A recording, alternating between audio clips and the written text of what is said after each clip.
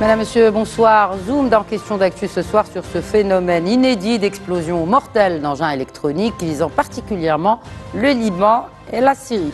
Après la vague de beepers mardi, dans le viseur hier, les talkie-walkie, ce qui aurait fait, selon le ministère libanais de la Santé publique, en tout cas selon un bilan provisoire sur ces 2 jours, une quarantaine de tués et des milliers de blessés.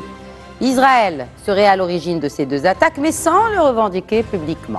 Que dit le droit international concernant le ciblage simultané de personnes, qu'il s'agisse de civils ou de membres de groupes armés, et dans quelle mesure ce droit international est-il applicable? Le Hezbollah a juré de riposter. Son leader menace Israël d'un terrible châtiment. Jusqu'où pourrait aller Hassan Nasrallah? Après les systèmes de transmission, quelles pourraient être les autres cibles des explosions téléguidées?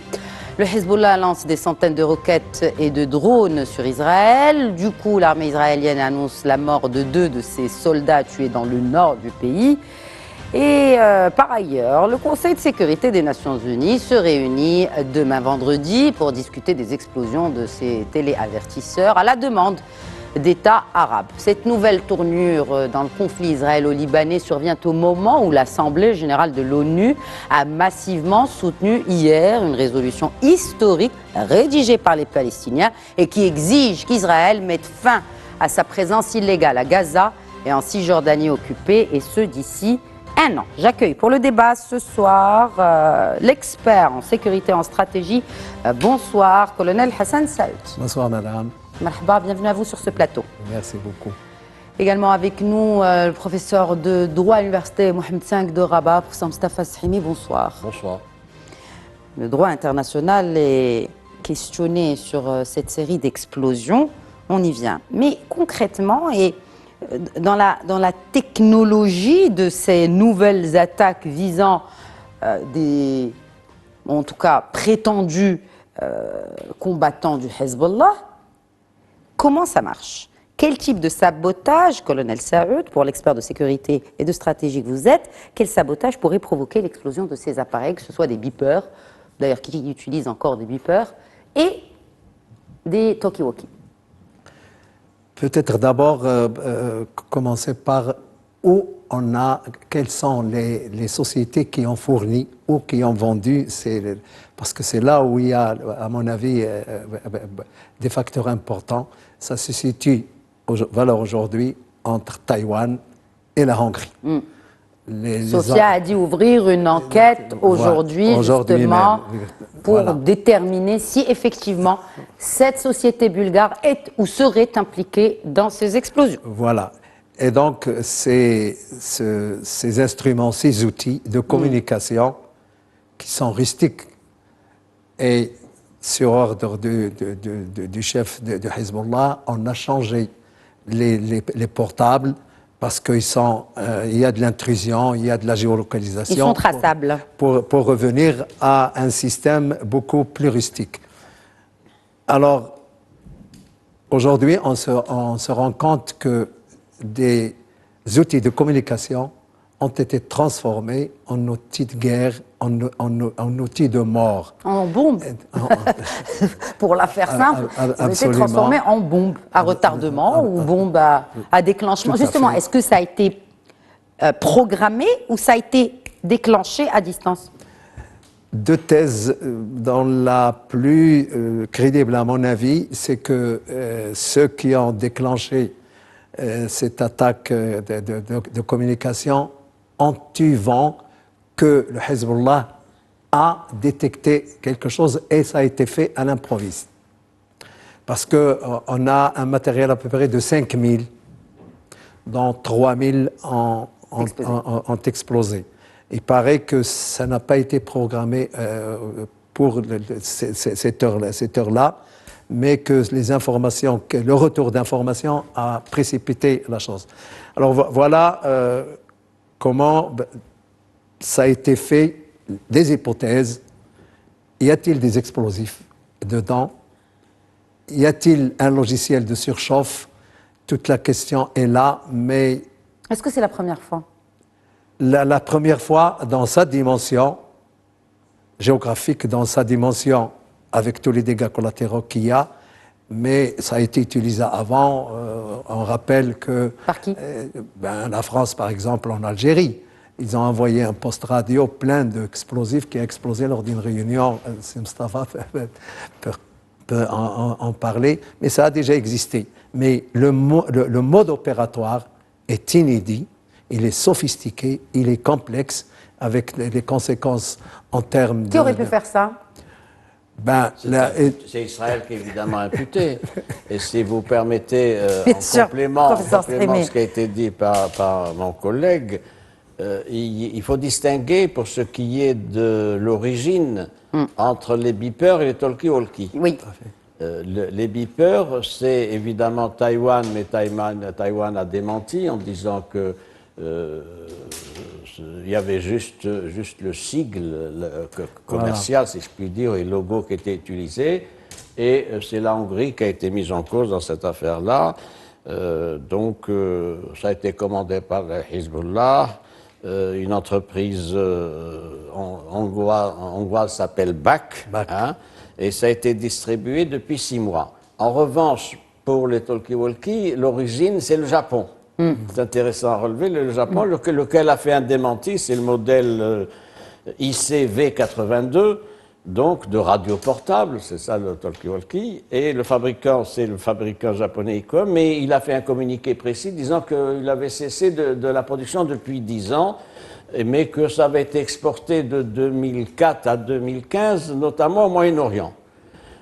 Voilà, ce sont deux situations différentes, même si le mode opératoire, évidemment, est le même. Vous avez posé la question d'utilisation. Il y a des cas d'utilisation avec le téléphone. C'est-à-dire? Il y a eu des opérations, notamment ciblées des Israéliens, du Mossad israélien, avec l'utilisation du téléphone de tel ou tel dirigeant palestinien, tel responsable. D'ailleurs, Ismaël Haniyeh, on ne sait toujours pas par quel moyen il a été assassiné. Oui.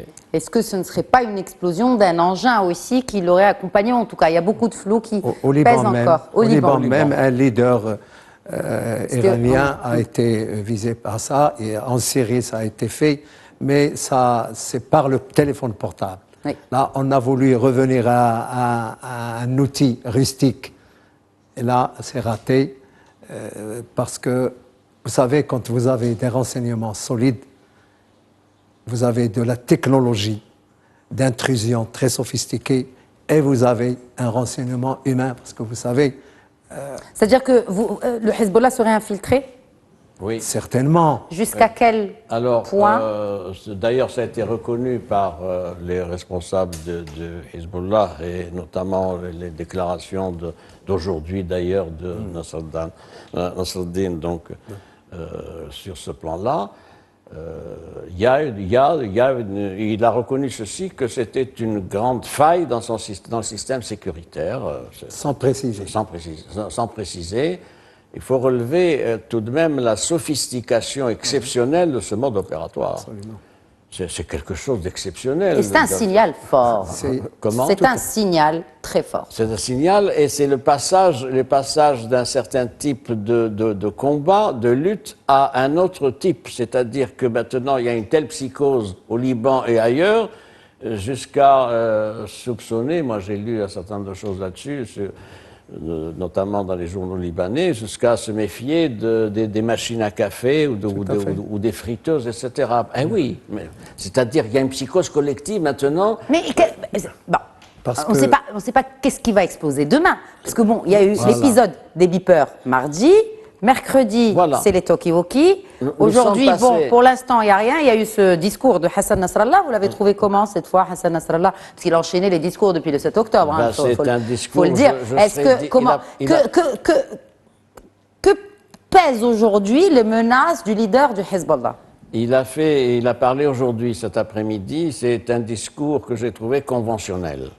C'est-à-dire qu'on aurait pu se réunir en disant voilà ce qu'il va dire. Il a évidemment reconnu que c'est intéressant donc la faille du système de communication de son parti. L'autre point, il a mis en garde évidemment Israël en disant que ils allaient réagir le moment venu de manière exceptionnelle, mais ça fait partie du discours habituel de ce dirigeant Hezbollah. Sur la supériorité technologique d'Israël affirmée dans ces deux occasions-là, qui sont dramatiques, ça tient à quoi? Ça tient d'abord à des drones de surveillance. Ça tient également à des systèmes de télédétection. C'est également lié à une autre procédure, la reconnaissance faciale, et également les systèmes d'écoute et de piratage, donc de piratage des communications. C'est tout un écosystème. C'est un écosystème, c'est-à-dire qu'ils sont arrivés technologiquement à ce stade de sophistication. Et donc c'est une arme évidemment importante. Il faut dire que c'est une start-up nation, Israël. C'est-à-dire que la haute technologie vraiment est bien ancrée dans cette économie israélienne. C'est un État, c'est-à-dire 40% de la population est précisément dans ce schéma de ce que vous avez évoqué, de la high-tech. C'est exceptionnel, l'effort qui a été fait. J'ajoute un autre élément, c'est que ça permet de réhabiliter, si je puis dire, Tsahal, l'armée israélienne, aux yeux du peuple israélien, suite à ce qui s'est passé évidemment le 7 octobre 2023. Donc c'est un coup de com'? Oui, mais non, c'est un effet indirect. Ça n'a pas été fait pour la com', mais je suis obligé comme observateur de relever que, évidemment, après l'échec de l'opération du 7 octobre 2023, qui n'ont pas vu venir, alors qu'il y avait un système de grillage électronique qui avait coûté $1 milliard et qui était présenté comme un modèle. Mais ce qui est intéressant, puisque vous parlez de Gaza maintenant, eh bien, l'attention est, bon, depuis quelques semaines maintenant, mais avec cette histoire d'explosion, c'est le Liban qu'on regarde davantage, c'est le sud Liban qu'on regarde davantage, moins que Gaza. Et d'ailleurs, Yoav Gallant l'a assuré, il dit le centre de gravité de la guerre, parlons de guerre, s'est déplacé de Gaza vers le nord. C'est vrai, mais pour abonder dans ce que vient de dire Mustafa, voilà un outil de communication transformé en arme de guerre. Oui. C'est ça le changement. Et vous l'avez bien dit, qu'adviendra-t-il après? Maintenant, en ce qui concerne la déclaration de Galland, il y a une pression de la population israélienne sur deux points. Les otages et puis le redéplacement de 60 000 déplacés israéliens au nord d'Israël. Oui. Et donc, c'est-à-dire en fait qu'ils retournent chez eux parce qu'ils ont été déplacés à cause des attaques, notamment du Hezbollah sur cette région-là, avec des tirs de roquettes et de drones. Exactement. Nous sommes aujourd'hui à Arza, dans des combats sporadiques. Il y a peut-être encore des combats, mais je pense que c'est le prélude à une action d'envergure beaucoup plus importante. Et on a commencé déjà à bombarder au sud Liban, on a commencé même à bombarder à Beyrouth Sud. On a même des avions sur Beyrouth qui dépassent le mur du sang avec tous les dégâts qu'il y a sur les... Donc, il y a ce déplacement qui est vrai, parce que la finalité, ils sont déterminés à replacer les populations qui ont été mises ailleurs. Nasrallah a dit que vous ne réussirez pas à le faire dans le discours d'aujourd'hui. Mais la Turquie accuse déjà Israël d'étendre le scope de la guerre à Gaza, au Liban.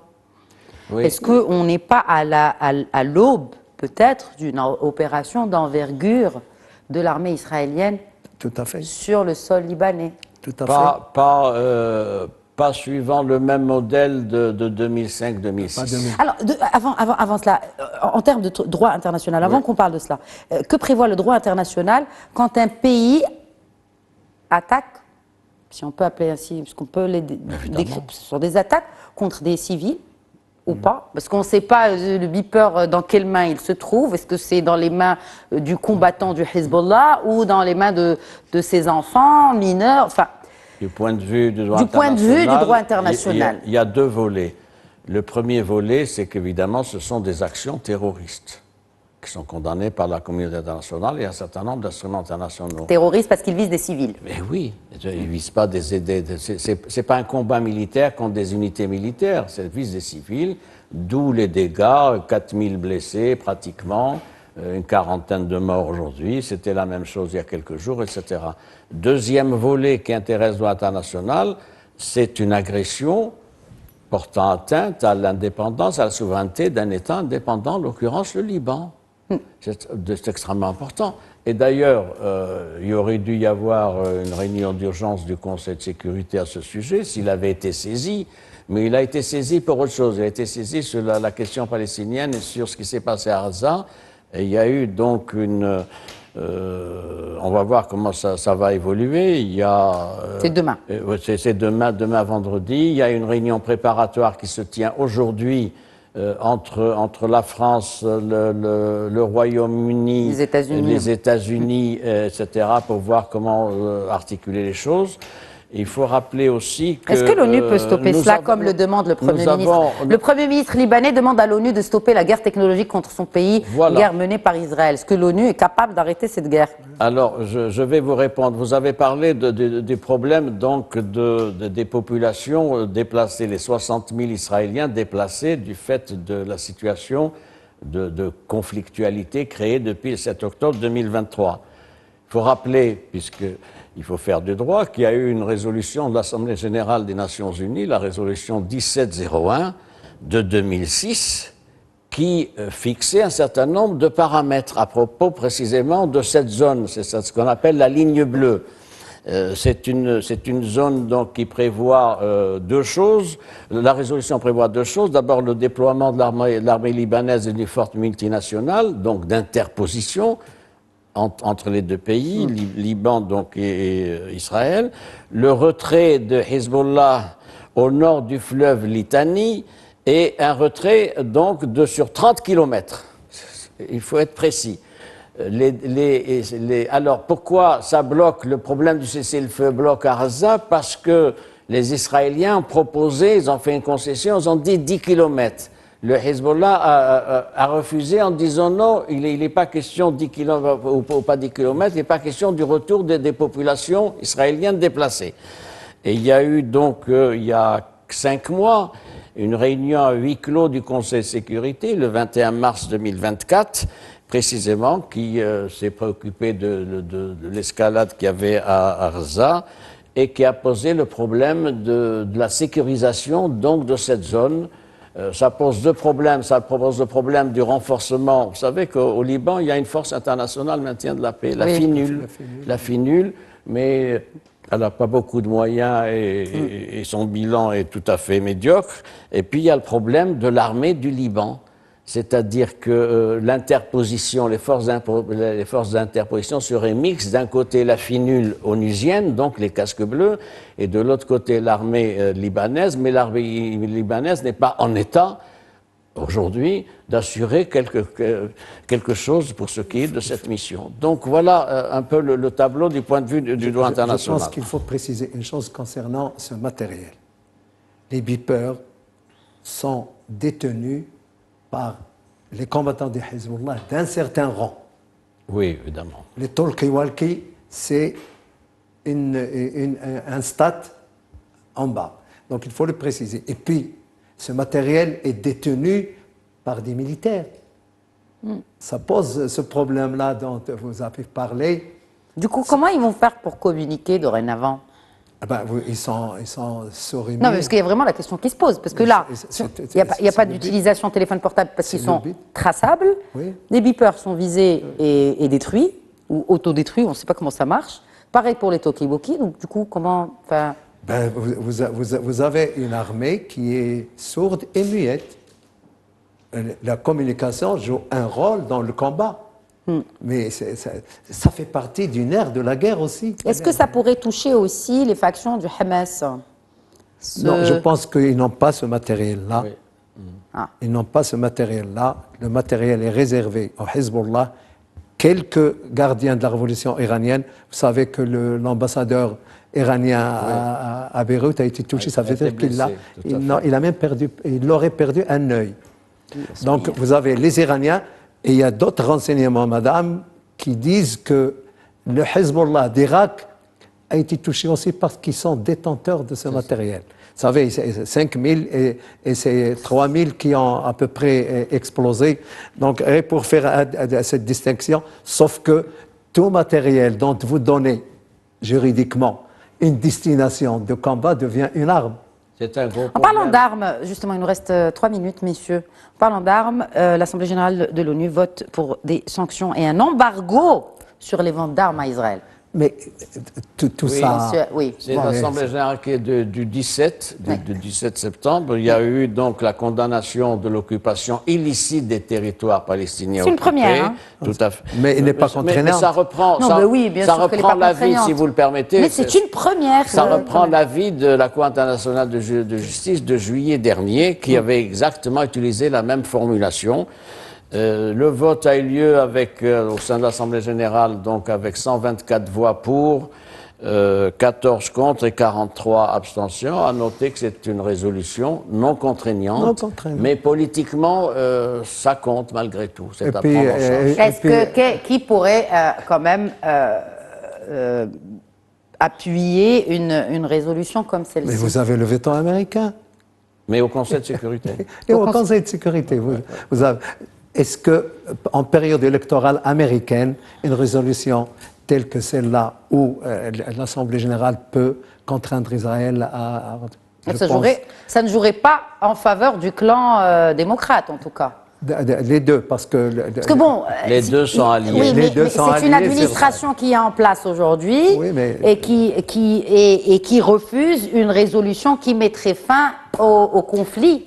On a vu comment ça a impacté la campagne de Joe Biden à l'époque où il était encore candidat. Il y a une déclaration du président Biden qui demande à tout le monde de revenir à la raison et de ne pas permettre à ce conflit de devenir un conflit régional et beaucoup plus que ça. Bon, avec ce qui se passe au Liban, il y a de fortes chances que ce conflit prenne d'autres dimensions. Pour résumer, peut-être, nous avons là un niveau de conflictualité exceptionnel.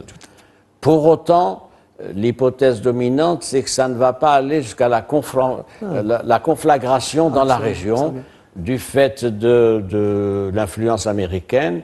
Et du fait, je crois que les acteurs, en l'occurrence Israël et Hezbollah, ne sont pas prêts à s'engager dans ce processus donc de confrontation totale. Le problème qui reste posé, c'est celui du cessez-le-feu, c'est-à-dire le cessez-le-feu. Le nœud de la question, il est là, le cessez-le-feu à Gaza.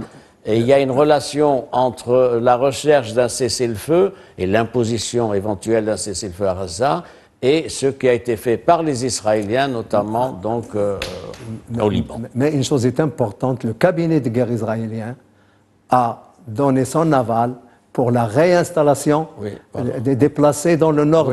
Et ça, le chef du Hezbollah a parlé d'une ligne rouge. Maintenant, est-ce qu'il a les moyens